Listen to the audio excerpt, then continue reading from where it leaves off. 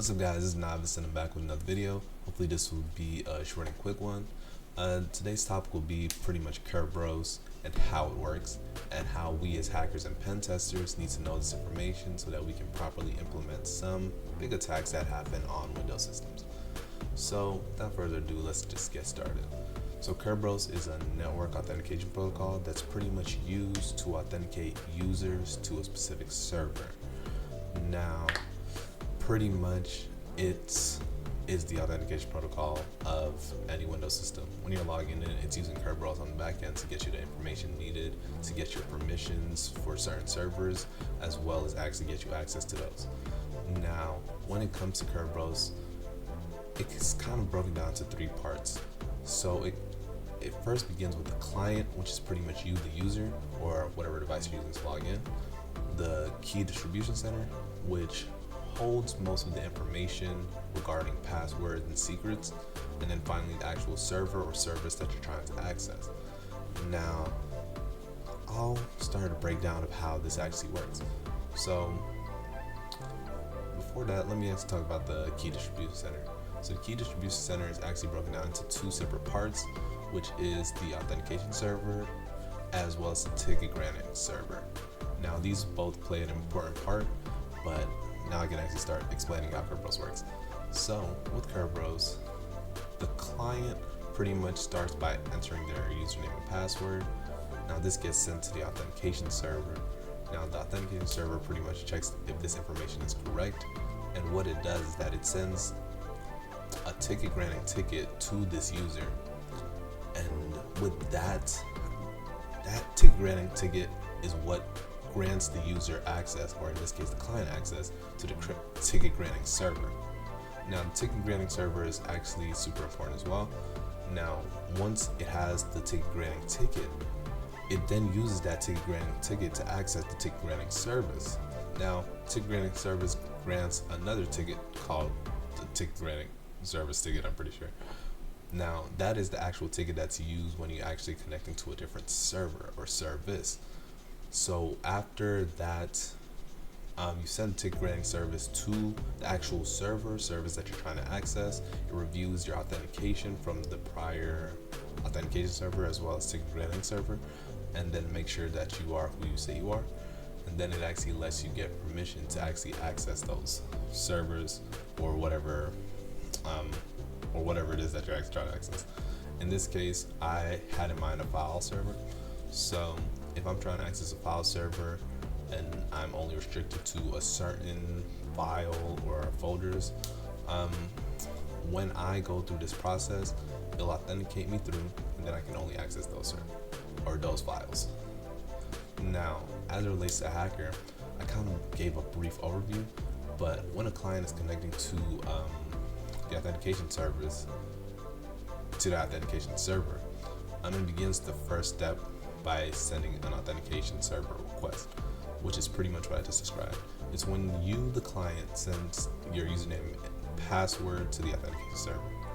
Now after that, you get something known as the authentication server reply. Now this is what is usually grabbed to actually use for a certain attack called the AS-REP Roasting, I believe. So as it applies to AS-REP Roasting, the client sends authentication service request, and they're met with an authentication service reply. Now this reply is actually encrypted using a secret key that's based on the user's password. So if you were to get that actual reply, take it offline and brute force it, you could then figure out the password for the user, and then from there you kind of have a foothold into the environment that you're in or that you're trying to get into. Now with Kerberoasting, which is a big one that I've heard a lot of people speak about, pretty much instead of attacking the authentication service, it goes for the ticket granting service. Alright, so with Kerberoasting, instead of attacking the authentication service, they actually go for the ticket granting service. Now why this is important is because once you actually get the ticket granting ticket, you can then make a request to the ticket granting service. Now once you make a request to the ticket granting service, once it returns to you the information, the service ticket, once it returns you the service ticket, it actually encrypts it using the using a security account's password information. So what is returned is known as a ticket granting service reply. Now, if anyone's able to grab that and do the same thing as with the authentication service reply and crack that offline somehow, they now have the password to a service account. They have the password to a service account. Now, most of the time, a service account has elevated privileges so that it can actually execute on the services that it's meant to. So with that, they would now have a foothold into the environment as well, but then they would also have just elevated privileges. And then concerning whatever service they have, they can kind of play around that to then gain more permissions, gain more privileges, and then kind of just go about attacking the environment in whatever way they want to.